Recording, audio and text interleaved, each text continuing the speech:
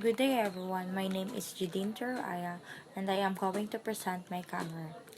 This camera is a digital camera, a PowerShot A630. So I am going to discuss its function of this camera. This is the rest strap mount. Then the second is, this is the speaker. So the AS assist beam is this one. The little dot. This one. Then the red eye reduction. The red eye reduction is this one. This is the red eye reduction. Then the self timer lamp is this also. This is also the self timer lamp. Then this one is the ring. Then this one is the ring release button. This one is the lens. Then this is the microphone. The two dots. So I am going to identify the back view of this camera. Number one is, this is the LCD monitor. Then the second one is, this is the viewfinder of this camera. Then this one is the AV out or the audio video output. Then this is the digital terminal. Then this one is terminal cover. So this is the DCIN terminal or the power input. This is the battery cover lock.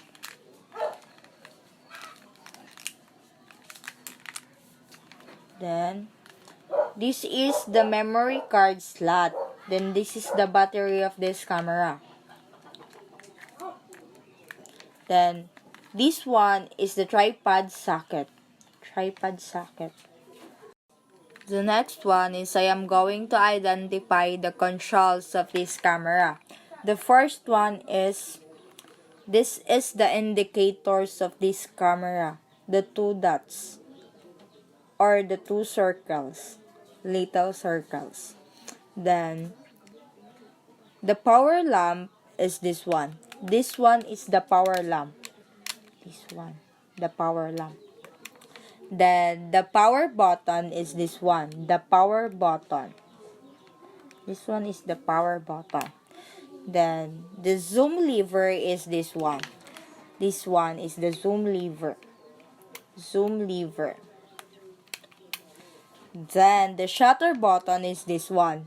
The shutter button. So you can click this one. This is the shutter button. Then the shooting mode dial is the shooting mode. This is the shooting mode dial. You can switch into auto.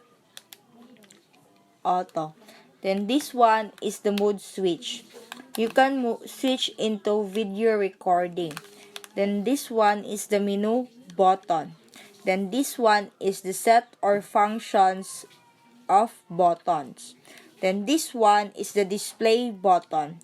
Then this is the exposure. This one is the flash or jump button. And this one is the right button. And this one is the left button. This is the MF or macro focus button. This is the flash or jump button. And this one is the right button. And this one is the left button. This is the MF or the macro focus button. The LCD monitor can be used to check an image during shooting, or to play back recorded images, or to adjust menu settings. The startup sound will play and the startup image will display on the LCD monitor. This one. Then pressing the power button against turn off the power off. Pressing the power button while pressing the hold and this DISF P button will turn on. The mute setting switch will mute all sounds except for warming sounds. Press the power button. The start up sound will play. The start up image will display on the LCD monitor. Pressing the power button again turns the power off. Then pressing the power button while pressing the holding the DISP button will turn on and mute settings, which will mute all sounds except for warning sound. Then second one is set the mood switch. Set the mood switch to shooting. This one, shooting.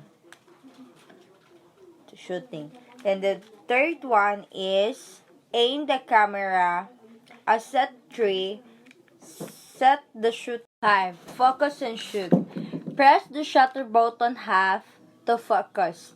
When the camera focuses, the camera beeps twice and the indicator lights green. When orange when using the flash. So the second one is press the shutter button fully to shoot. The shutter button sound will play. The image will record.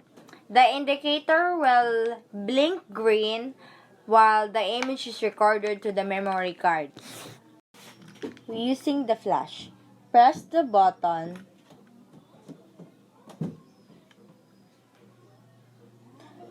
Press the button to cycle flash settings. Each time you press the button, the flash setting will change with the red eye reduction function on. With the red eye reduction function off, then the flash will cycle through the flash settings. Using the flash. Press the button to cycle through flash settings. Each time you press the button, flash settings will change with the red eye reduction function on. Shooting close-up macro. Use this mode to shoot close-ups of flowers or small items. Images area at the minimum shooting distance from end of lens to the subject. The maximum wide angle settings is 22 by 16 mm. Then the minimum shooting distance is 1 cm. Then the maximum telephoto settings is 76 by 57 mm. Then the minimum shooting distance is the 25 cm, equivalent to 9.8 inches. When using the self-timer function menu, try mode. When the shutter button is pressed fully, the self-timer lamp will blink. When using red eye reduction, the self-timer lamp will blink and then stay lit for at least 2 seconds. Set the mode switch into the video recording to playback. The last image displays back appears if the additional images were shot after viewing image in playback mode. The last image that was shot will appear instead if the memory card has been switched or the images on the memory card have edited with the computer. The newest image on the memory cards appears. The second one is use the button left or right button to display the image. This one, display the image. Then to move the next image, hold the button down. Advances more rapidly but show them less clearly. In the playback mode, use an image or select an image to erase and press the button. Confirm that erase is selected and press function button. Press the function button. Then, to exit instead of erasing selected, cancel. Please note that erased images cannot be recovered. Exercise adequate caution before erasing an image. Then, the function menu, this is the set mode switch shooting. Switch mode shooting. Press the function set button. Switch the function button. Then, you can select further option menu. After selecting of option, you can press the shutter button to shoot immediately after shooting. This menu will appear again, allowing you to adjust the setting easily. Press the function button.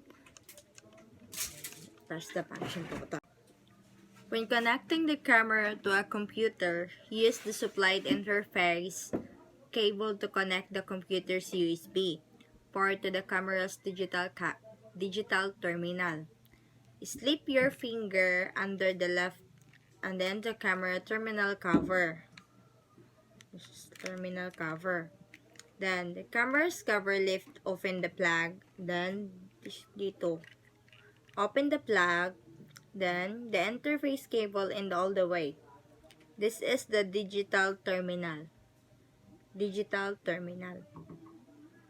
Then set the camera mode to playback and turn on the power. The camera and computer will be able to communicate. Then always grabs the sides of the connector when disconnecting the interface cable from the camera's digital terminal. When installing the batteries, slide the memory card, then slot battery cover lock and the direction arrow and open the cover. Then you can insert the batteries here, or you can insert and open the camera. Insert the four supplied AA size alkaline batteries or separately sold AA size NIMH batteries. So then, and the negative side, when you are inserting the batteries, the negative is the end, and then the positive is and the down of the camera. This one. This is the positive. Then the second one is negative. The third one is positive. The last one is negative. Then, when inserting the memory card until clicks into place, hold down the memory card, then battery cover, then slide it into the direction of the until the clicks into a place. Then you can close the cover of this battery lock. Then how to remove the memory card? You can open this one, the battery cover lock. Then you push the memory card to your finger until the card clicks and then release it. Then you can use the SD memory cards, SDHC memory cards, and multimedia cards with this camera. Then these cards are collectively called memory cards in this guide. SD stands for Secure Digital Copyright Protection System. And that's all for my discussion about the functions of this camera. This camera is a PowerShot A630, the digital camera. Thank you for listening. God bless.